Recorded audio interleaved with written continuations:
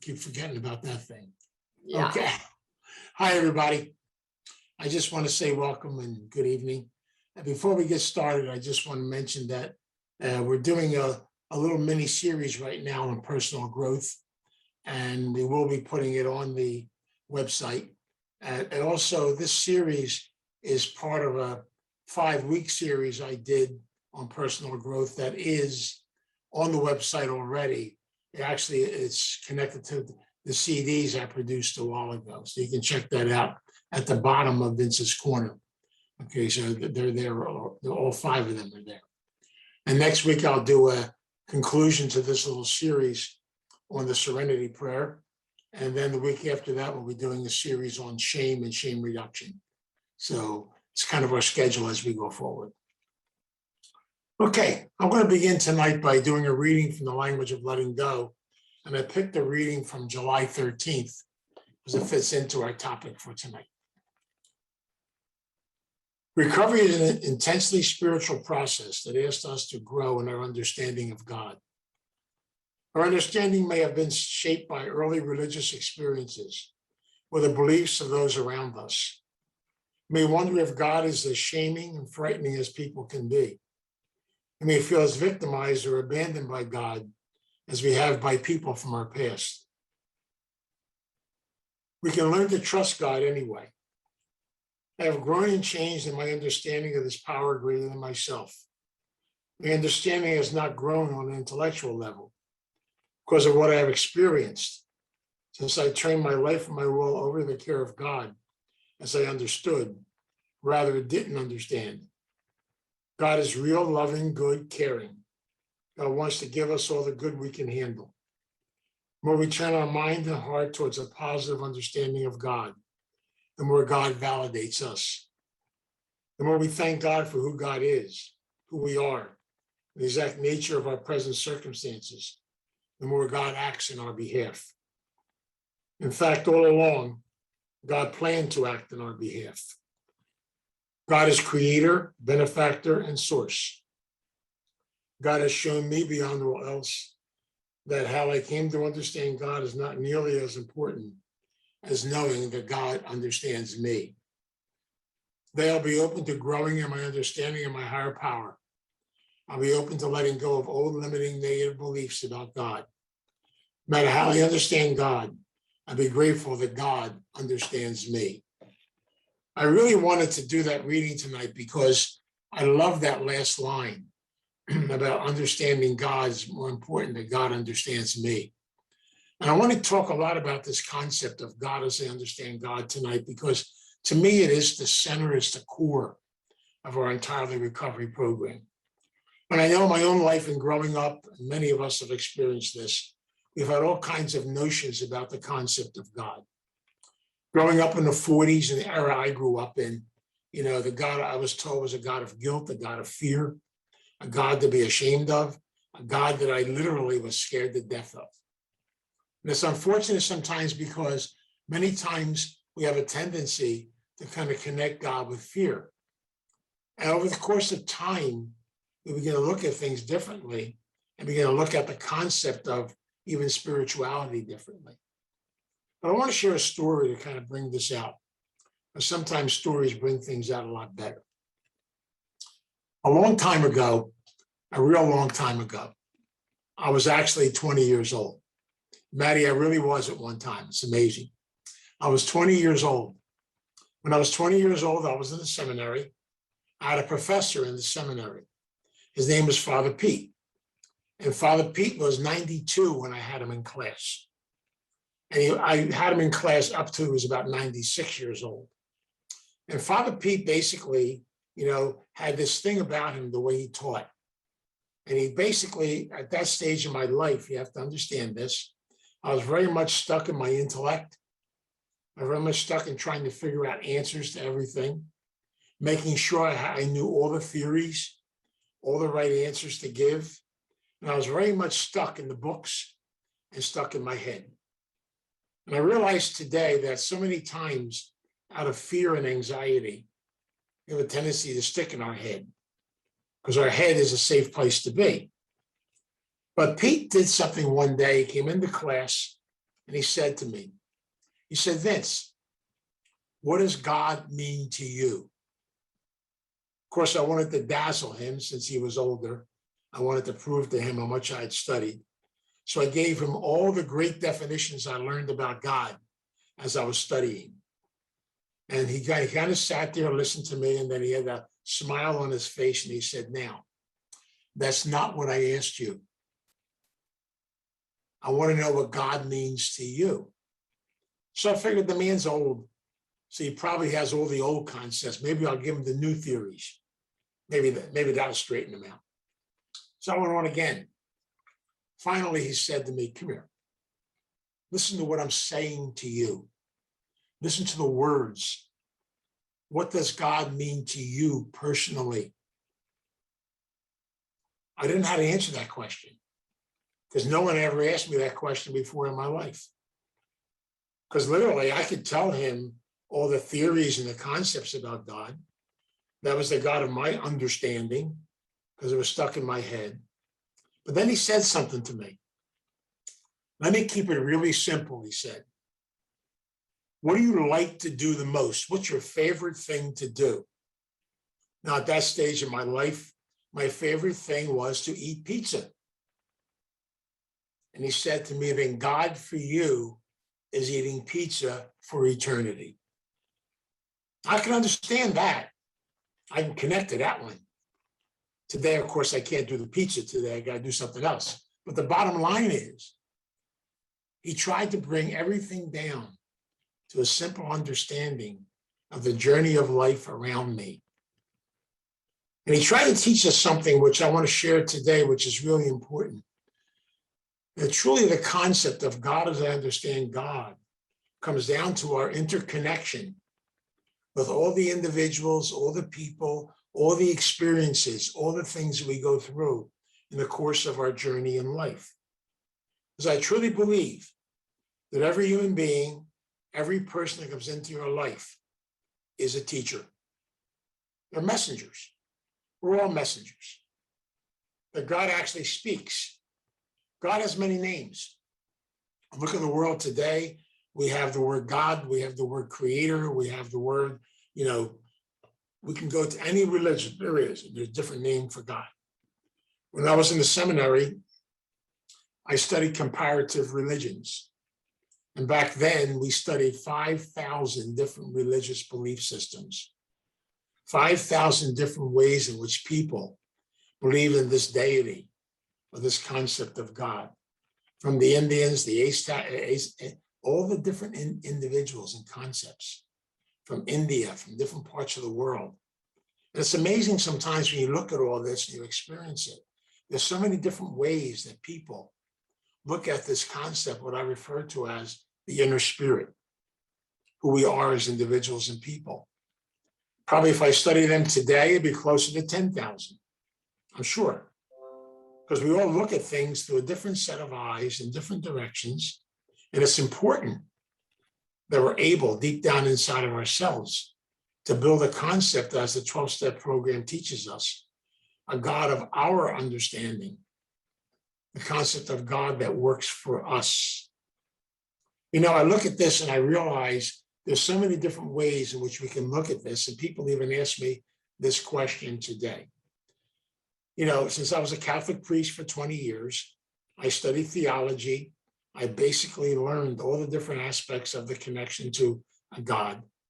When it comes to the concept of a higher power, I realized something today. There is something much more powerful than us, powerful force that makes us the unique individual that we are. One of the greatest experiences of my life was having spent a lot of time at the deathbeds of people when I was a priest and even since then. And there's something very mystical and very powerful about being with someone at the moment of their death. It's almost like, and I can't even explain it, I wish I could. You have to feel it. It's almost like I could actually feel the energy leave their body and the body become cold. It's almost like their spirit, the gift of who they really are, was actually leaving and moving on. And I've said this over and over again because I truly believe our body is only a casing, but our spirit, the part that makes us the unique individual, the special individual that we are, is the more important part of who we are as people. So our spirit is our energy. And I truly believe we have this energy deep down inside of ourselves, this energy of love, this powerful source. And so when we talk about the concept of a higher power, or coming to believe in a higher power, we talk about the concept of getting in touch with our inner energy, our inner source, and be able to do a sense of healing. I also learned over the years, because since I was a priest, people always ask me, it's always a question I get asked, are you still Catholic? And I say sometimes I'm Jewish, sometimes I'm Buddhist, sometimes I'm Muslim. What I've learned over the years, and I'm grateful to the 12-step program for this, I can learn something from every belief system on the face of the earth. I can learn something from all different types of people.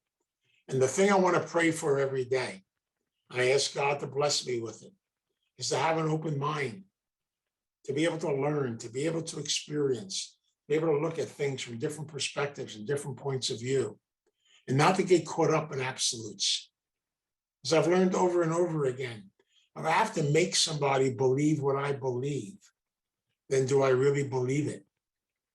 Because truly, if you live your life, you have a total belief inside of yourself. And that's one of the greatest gifts I've experienced in my life, was coming to a connection to the gift of the 12 steps. I came around the rooms of recovery a long time ago, and yet I never really did the work in recovery. But one of the greatest gifts that was given to me, and I'm grateful for it today, is the gift of these 12 beautiful steps. I look at them and I see them as a foundation for what I call the foundation of spirituality, the foundation of spirit. They're simple, they're basic, they work, they come from our human nature, and we experience them from all the great, beautiful things in the world around us. And yet in reality, they're very necessary for our personal growth. So we talk about spirituality. You've heard me talk about this before. We're talking about developing my own personal spirit, coming to a knowledge of myself as an individual, coming to an acceptance of myself. In the first step of the program, we talk about the gift of powerlessness, the gift of surrender, the gift of acceptance. The most important thing we talk about is to face the reality of who we are. Each one of us is unique. We are the only one there is of us on the face of this earth. And please, Loretta, don't say thank God. We're the only one there is of us on the face of this earth. See, Pat just said it. But the bottom line is, each one of us is unique. The most important thing is we have to be able to look in that mirror every day and come to an acceptance. That is a beautiful spiritual word, an acceptance of the reality of who I am, of my idiosyncrasies, of my little crazinesses, of the good points, the bad points, all parts of me. They make up this beautiful mosaic, this concept of life. It's so wonderful and it's so great. And it's exciting. I get excited about it because I realize the fact that we live in a world, I hate telling you this, it's really unbelievable. We live in a world that is dysfunctional, that sometimes it's insane. We live in a world of confusion. And yet, maybe it's supposed to be that way, because we have to be able to navigate, to live in the world and not be part of the world. That's been said so many times, because we have to be able to face our dysfunctionalities, because we by nature are dysfunctional. We by nature have dysfunctional tendencies. So as a result, we have to be able to face our dysfunctionalities, embrace them, learn from them, and grow from them. Even our negative parts, because even the things that we go through in the course of our journey, the course of our experiences, we'll have to find what works for us. What works for me today may not work for me tomorrow. And that's okay too. It means you got to be open to change, you got to be open to growth, you got to be open to new things, you have to be open to new adventures and new concepts and new relationships with the God of my understanding. Now, that is so important in the course of our journey in life, because I'm realizing over and over again, I'm still in the process of growing. I don't want to get to a point in my life where I'm done. If I'm done, it means I'm dead. I don't want to be done. As long as I have life, I have spirit, I have part of me, I continue the process of learning and growing. And yet, the steps teach me to stay in reality, but also know there are times when I will go out of reality. We're human beings. We go into dysfunctionality. We kind of make believe we can handle it. That's called fantasy. And then we come back to reality. And the reality is, we're just simple people on a simple journey. It's so beautiful. It's so special. I go back to early founders of our program, Dr. Bob and Bill W. This afternoon, when I gave my lecture over at Starting Point in the lecture room, I looked up at the wall. There's a photograph of Dr. Bob and Bill W. And I love the way God brought these two human beings, these two people with all their idiosyncrasies together. I mean, most of you know from the stories of AA, Bill W. was a little bit on the nutty side. He had a lot of codependency issues. John knows all about that. So as a result, then he had a tendency very many times, probably could have made some great codependency meetings today. But because of that, he wanted to control and organize everything. So he tried to organize our program. And I thank God every day that God sent Dr. Bob. And Dr. Bob used to calm him down and say to him, Bill, always remember, this is a spiritual program, not a religious program. That's open to everybody, everywhere, every place. And he's also said to Bill, please do not complicate this simple program. Now, I love Dr. Bob because he brought balance into the program. Same thing as regards our life as we go on our journey. We can be open up to new things about ourselves, but we also have to have a sense of balance. And so in every journey of life, there's a negative and there's a positive. We often talk a lot about the yin and the yang, the negative and the positive. It's called energy. It's called the balance of life. So we go through this in our constant journey. We go through our aches and pains. We go through our spirit. All these things in life are part of who we are. And as a result, then we have to come and face the reality of where we are on our journey. We got to do that physically, emotionally, and spiritually. But the beautiful part about the steps, in the second steps, it says, come to believe.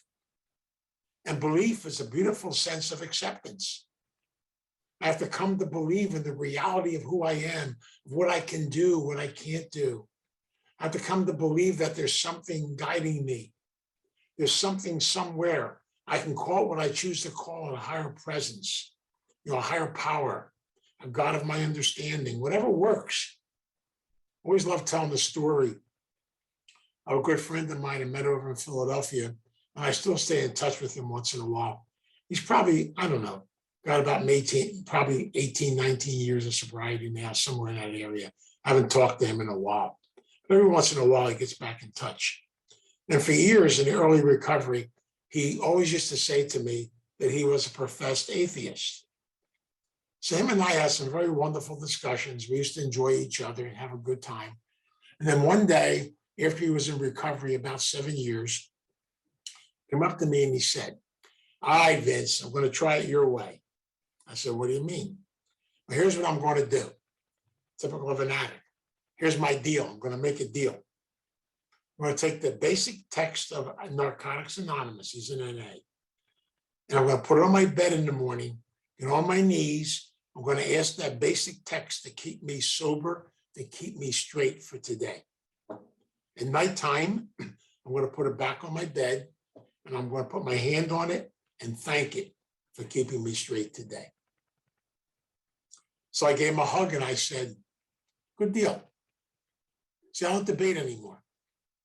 Here's a man that was talking to his higher power. He chose to make the basic text of his recovery program his higher power. Whatever works. If it keeps him healthy and keeps him straight and keeps him on the journey, then I don't debate it anymore.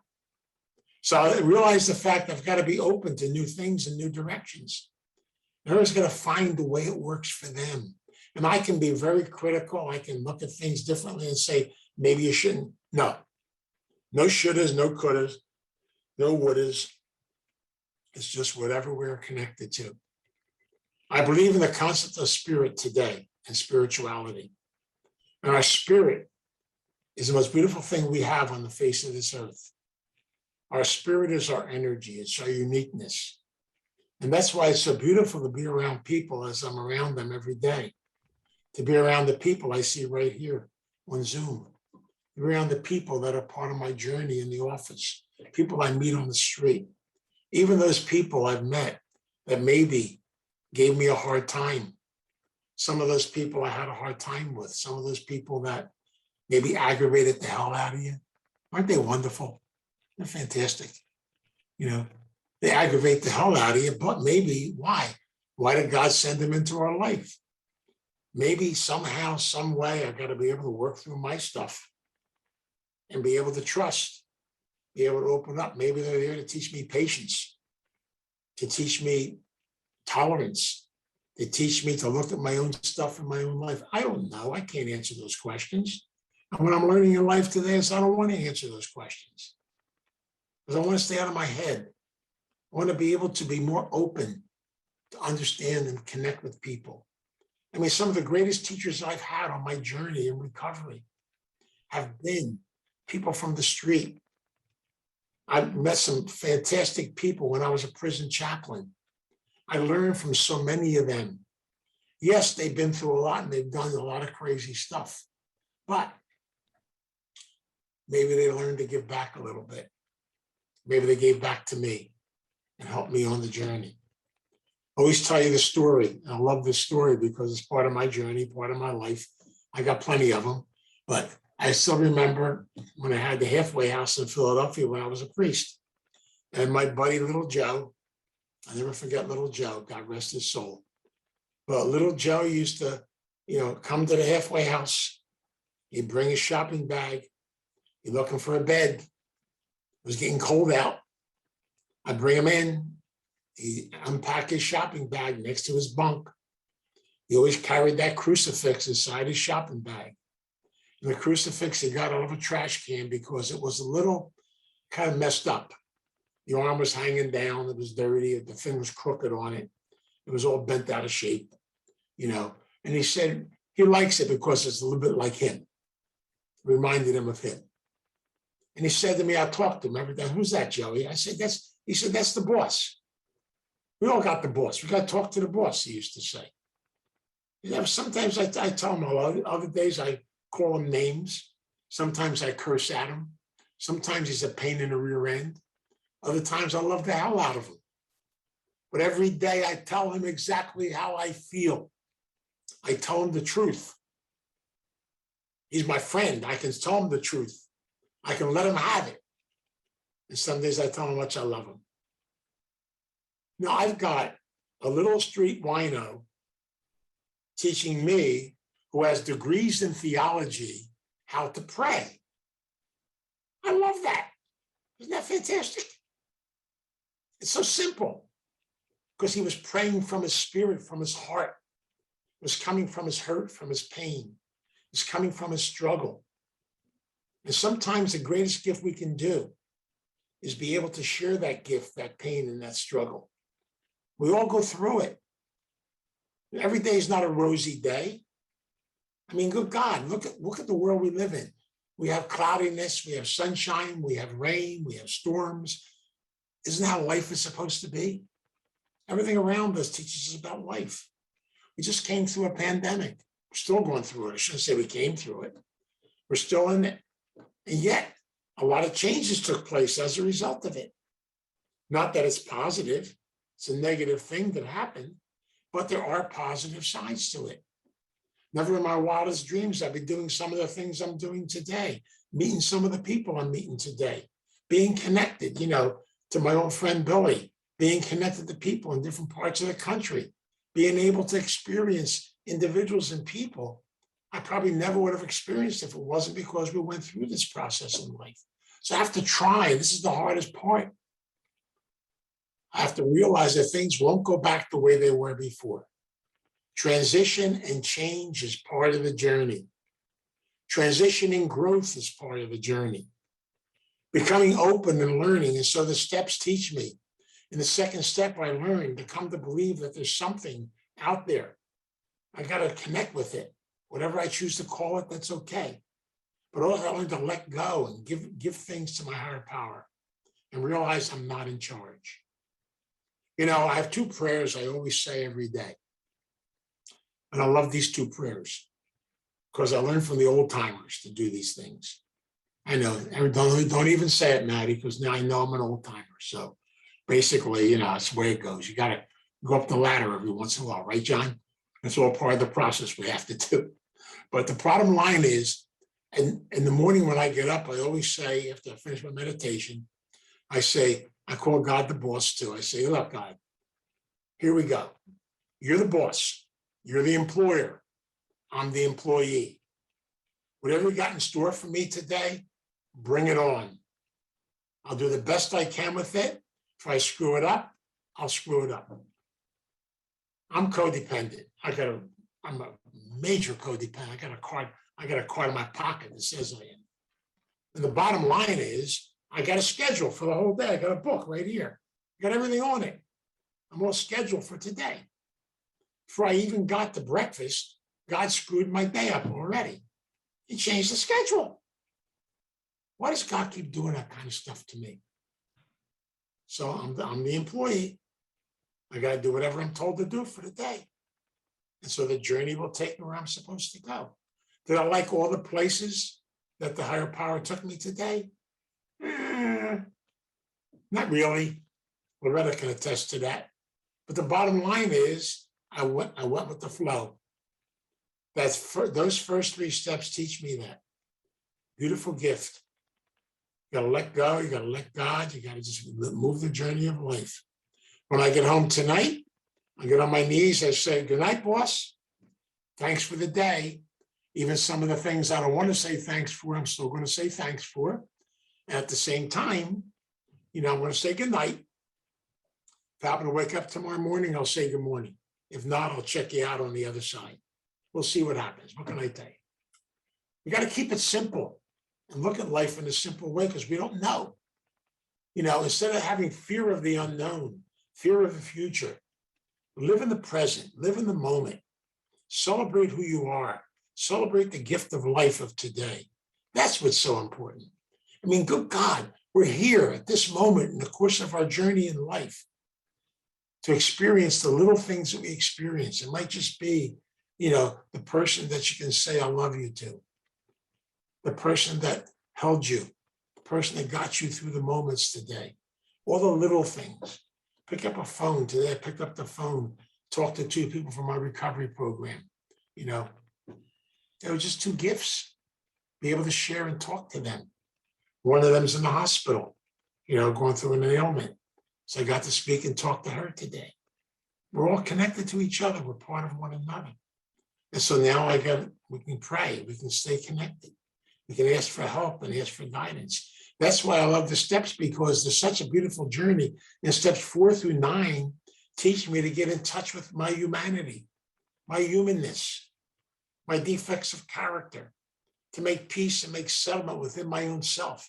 Because the greatest enemy I have is in me. I got to be able to be at peace with who I am, to celebrate who I am, celebrate my moments, and realize the fact that God sends all these wonderful, special people into your life. Where it takes you, you don't know. I have no idea where the journey of life is going to take me tomorrow. Where it takes us, it takes us. It's that simple and that basic. But that's what faith, that's what trust is really all about. You know, I looked at life and I realized the fact God somehow takes care of us all. I go back to scripture a lot of times. Every once in a while, I look in the scripture and it says, why do you worry? Do I not take care of the birds of the air and the simple little things of life? Why do you worry? That's why I tell Loretta all the time, stop worrying. Michael the Archangel will take care of things. Faith and trust will take care of everything, right? Right, Loretta? And somehow, some way, things always work out. You do your footwork, you do your work, you work on yourself, you do some growing, get into that 10th step and just realize, spend time with yourself every day and realize the beauty of yourself. Be as honest as you can be. Have a sense of humility, be open to learn new things in new directions. Have a sense of humor, laugh at yourself every day. Now, believe me, if you don't think you're funny, do me a favor. Okay, Ben, don't forget, do me a favor. When you get up tomorrow morning, I want you to jump out of bed, run in the bathroom, and look in the mirror. Now, if you don't laugh, you got a problem. That is the funniest scene on the face of this earth.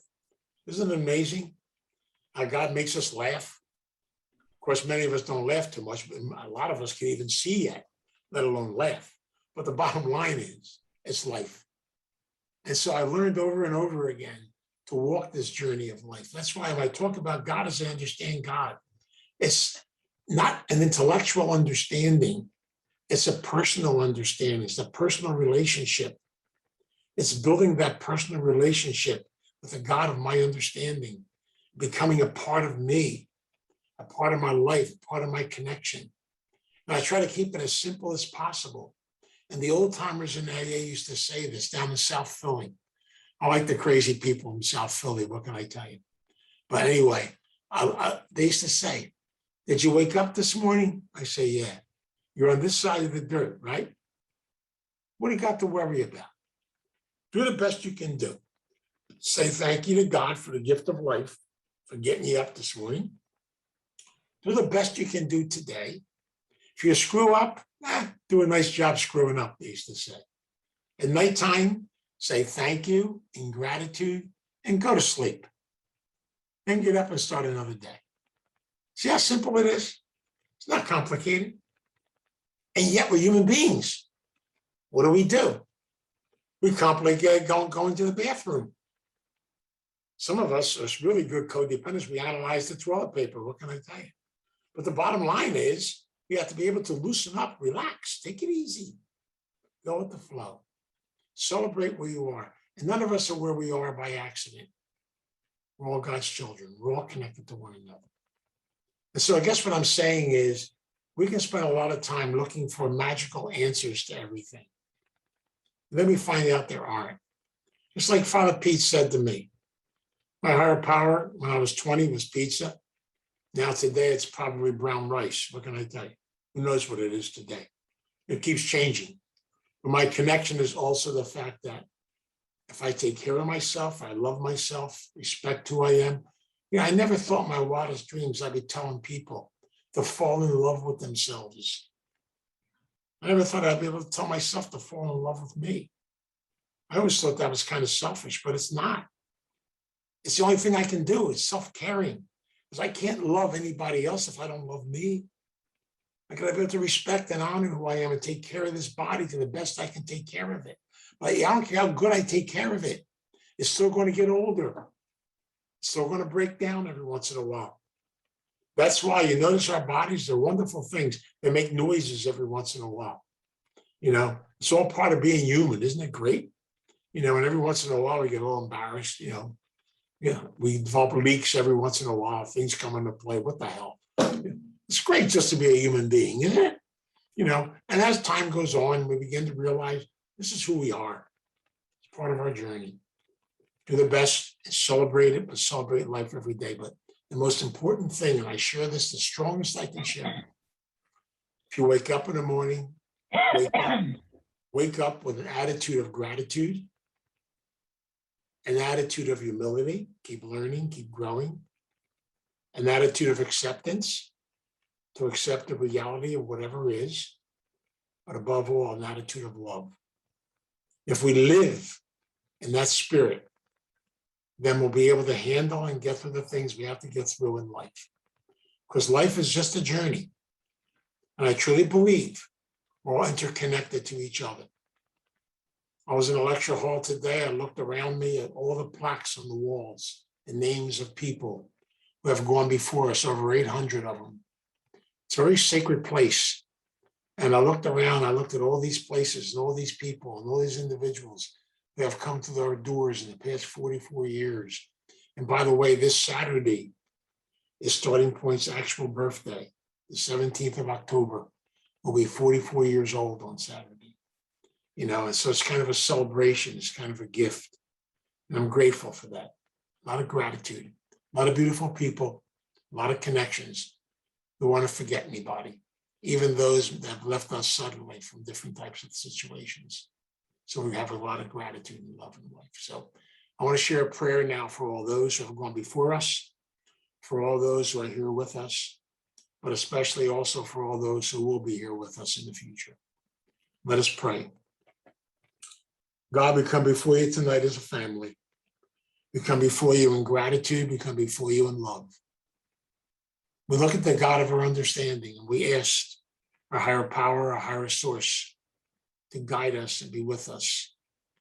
That the spirit we have inside of ourselves and our connection to all those that we meet, teach us to try to face life with an open mind, to face the journey, and try to understand each person that we meet, realizing they are our teacher. They are part of our journey. Teach us try not to be critical, but to be open, even though at times we will be. Help us to overcome our shortcomings. And we thank you above all for the gift of these beautiful 12 steps. We thank God for those who put them together. We know they were divinely inspired by you, knowing that the most important part of our journey in recovery is that journey of asking for help, for guidance, and above all, to try not to do it alone. We all need one another. We're all part of the human family. Times we can't understand some of the things that are happening, but that's okay. We don't have to understand. We just have to be able to walk within it, to learn and grow from it, and be open to where the journey leads us.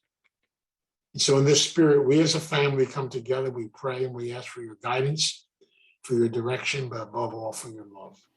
God, grant me the serenity to accept the things I cannot change, the courage to change the things I can, and the wisdom to know the difference.